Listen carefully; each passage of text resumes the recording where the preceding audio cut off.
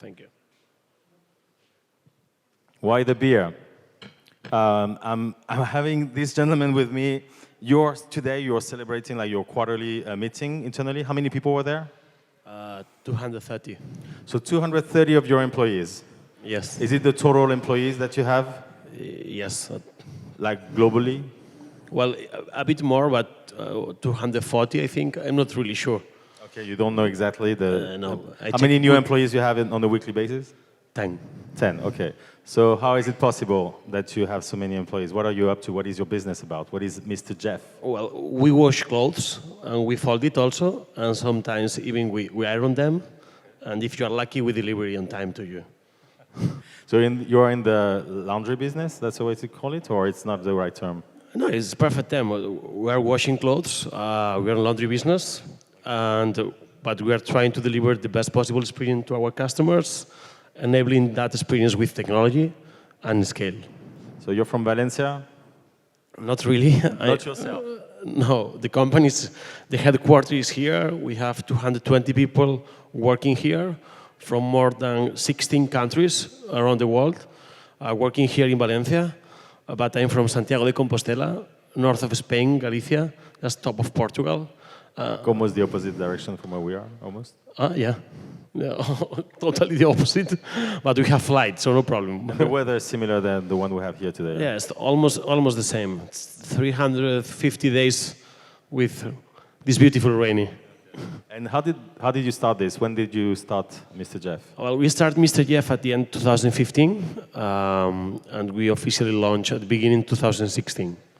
So you're like 3 years old? 3 years old, yeah. That's true. So in 3 years, going from 3 co-founders, if I'm correct? Yeah.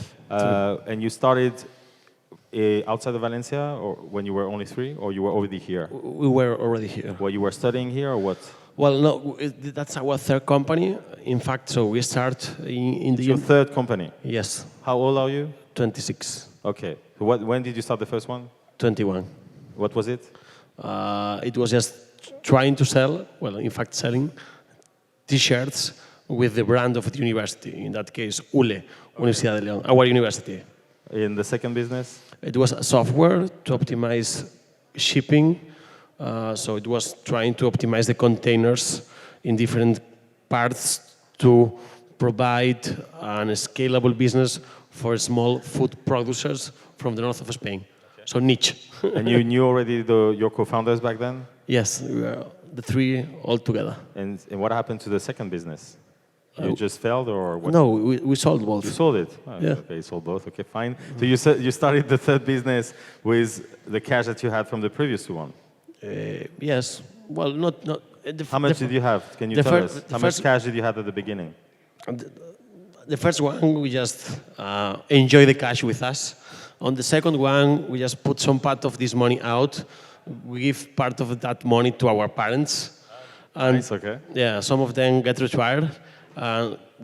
We take part of the money, so like half of the money that we have, and we invest it in the first business. Yeah. Got it. So 2016, you 3 guys coming again together with some cash, so you're not starting from scratch. You have the experience of the previous businesses, and we have the lucky from the previous business. Okay. In fact, it was good businesses, good deals, but not real companies. So we were never more than 10 people. Now we're 200. So. Yeah. And why did you select this industry? Why laundry? Well, because it was niche. We like niche, and we like not beautiful business. So we are more on the ugly part, because all the people is looking to the pretty one, not one is looking to the ugly one. And you have... Sorry, I'm laughing myself because it's dirty, like the clothes, right? Yes, but we deliver clean clothes. So it's because convenience and recurrency. If you look at one user, how many times will order from you? If you look at laundry business, it's once per week. So you have car sharing, you have food delivery, and then you have laundry business. It was calculated 100%. You're like, this one. Yes, always. Good. You started here in Spain, so the first deliveries, where were they happening? Here in Valencia? Yes, here in Valencia. So tell us quickly how from Valencia You grew, and how many countries you're doing right now? 11. So 11 countries. So from Valencia to 11 countries, what Yeah. were the steps? Like, just quickly overview. So Spain, Mexico, Brazil, Colombia, Argentina, Peru, Chile, Ecuador, Uruguay, Panama, now Bolivia, Guatemala, Egypt, Turkey. They're not already launched, the last ones. Yeah. And I'm trying to follow. It looks like you were doing a trip around the world. So what do you do to implement Mr. Jeff in those countries? Like, you have a particular strategy, right? Yes, we work with a franchisee model. So we will look for entrepreneurs who want to set up a business with us. We provide them the know-how, the brand, and the technology. So we establish this kind of partnerships with them. So they take care of the operation on the ground. And coming up with this model, you did it only on your own, or who was advising you? Like, well, not my case, our own. Yeah, no one. So, okay, we look about how the people was doing the business, but we discovered that in laundry business, no one was really scaling and taking care of customer. On the franchise business, no one was really applying a scalable sales model. So we try to copy the best part of the SaaS business on the sales part, about acquisition, engaging, and trying to understand the sales process. And from the customer's perspective, we take point, okay, we want to deliver the best possible service for them. So try to create an operation that support that. So yes, get inspired, yes. Absolutely. So let's dive a little bit more into this operation excellence perspective. It's like you're measuring everything, and it's processed in a way that you can go in only 3 years from 3 to 250, and from one city to 11 countries. Yes. How, like, just maybe, I don't know, like, you're part of your secret sauce or some practical stuff that you're measuring for founders in the room? I think that we are really practical. So we're trying to measure what really matters at the beginning. So, okay, if we are trying to sell a new process, what's the cost of acquisition on the market side? What's the cost of acquisition on the sales cycle? Then how can we acquire customers? What's the more recurrent product? What's the typical average between laundry and other services? So like main KPIs, and then we get deeper on different kinds of the business when we reach the scale. So measure what's really important and matters at the beginning. So first one thing, then 3 things, then 15 things, and now 150 things. So part of your building, what you're building from a technology point of view is actually this data part of the business, right? So how many, like in terms of staff, how many people are working in data related, 50 something, almost 60. Okay, how easy it is to get them? Because you're here in Valencia, for example. Difficult. It's really difficult. The good part here in Valencia is that you have a lot of offer from good engineers. It's more difficult to find good people in product, especially product managers. On the part of product designers, you have a lot of opportunities also. And on data, it's not that easy. So we're trying to hire a lot of people from out of Valencia to come and work with us. Yeah, from 16 countries, you were saying. Yeah. So from a cultural standpoint, do you have any feedback or advice or experience to share with us? How do you keep this team, together with so different, so like a lot of young people coming from so many countries? Well, I think where the founders looks, the company looks. So if you really take care of culture, you really take care of that, and you think on that, you will have a team that works together on that, because you show that really it's important for you, it will work. And try to create some rituals. So in our case, we have a big party each end of quarter where we show the results of the company, where we showed our learnings, achievements. And it's a really good point for us because it's like our ritual. Each end of the month, we have some activities, so it's our ritual. Each quarter, we have one outdoor team activity because our ritual. So we try to create a lot of rituals to have everyone on board. Okay, I didn't talk about this, but you recently announced a funding round of a bit more than 10 million. Mm-hmm. When do you get the next one? Well, the good part of Mr. Jeff business is that we don't need the money to cover operation. So if we raise money is to grow faster. So today we are not ready to raise more money because we are growing at full speed. What's the percentage per week or per month or? More than 30% in almost everything. On the From weekly? GMB to orders. On what? Monthly on basis. 30% monthly growth. Yeah, and everything. GMB, orders, everything. Got it. Can you share some mistakes that you did? Where did you fuck up? Well, we changed the model. So at the beginning, we started with a different business model.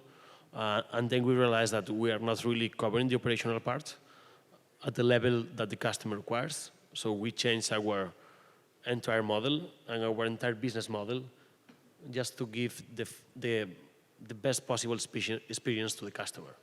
So always think on the customer. What does it mean? What were you doing bad or wrong? Well, we have a big facility. At the beginning, we started with a big facility out of the city, and we make the delivery from them. Then we realized that it was really difficult to track and keep quality, also to improve the economics on the delivery part. So, okay, if we have a problem on the quality and the delivery part, maybe we need to change the background of the business. So I think tech business is not just the technology, it's about everything. So from organization chart to economics to business model to everything. So. Do you see yourself in the future doing something outside of laundry? Yes. What? Well, many things. It will start to happen. Hey, what the hell? Because you're in Valencia, you don't tell us. If you were outside, would you answer this question? No, absolutely not. Like it's super secret, huh?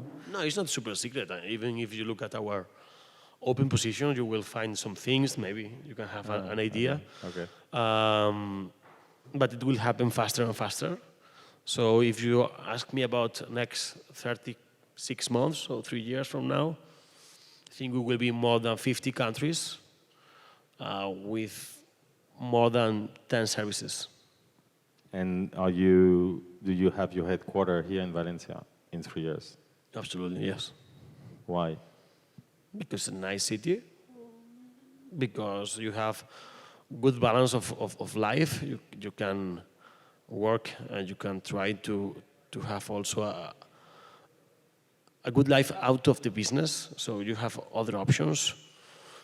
And because it's becoming, I think, an important ecosystem, and it will become one of the most important ecosystem in Europe. And the people will look for something else, not just a big city. So I think Valencia has this big enough and not that small to have a relevance position. When do you want to sell it? Sell what? Mr. Jeff? Never. Our idea is to do IPO.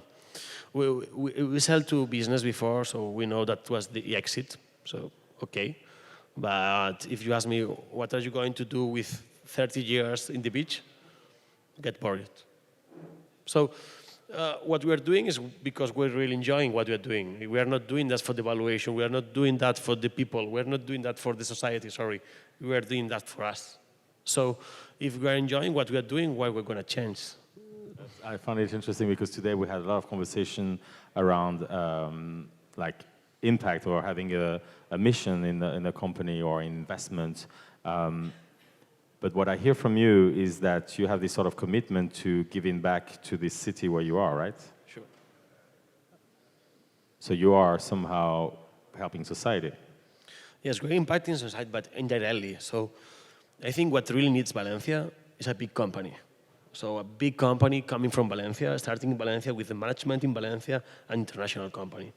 And more than unicorn or whatever you want to call it, but big. With people from a lot of places scaling from here. You will impact indirectly, but you have to be focused on what you're doing. So if we have one chance over 1,000 to do it, I need to be 100% focused trying to build my company. If we build the company, we will impact the ecosystem, and we'll have more Mr. Jeff or more companies coming. Got it. I mean, personally, I'm quite fascinated by your journey and your story. I think people here in the room would agree that this is quite impressive, and that you can find companies like this one everywhere. That was a topic that we had this morning with our introduction panel. So I was really looking forward to sort of wrap up the day with this, conversation. If people here in the room, we have quite an international crowd as well, want to talk to you, what should they tell you, what they ask you for, or what they can offer? Well, it depends. So I don't know what are their backgrounds. There's event organizers, investors, accelerators, some corporates as well. Just be different. That's the only thing. Whatever it is, but different. I don't know, something different. So fresh. So come to him with something different, okay, please. I don't know exactly what it could be, but I'm sure that some people will have an idea. And what can you give them, as a CEO here in Valencia?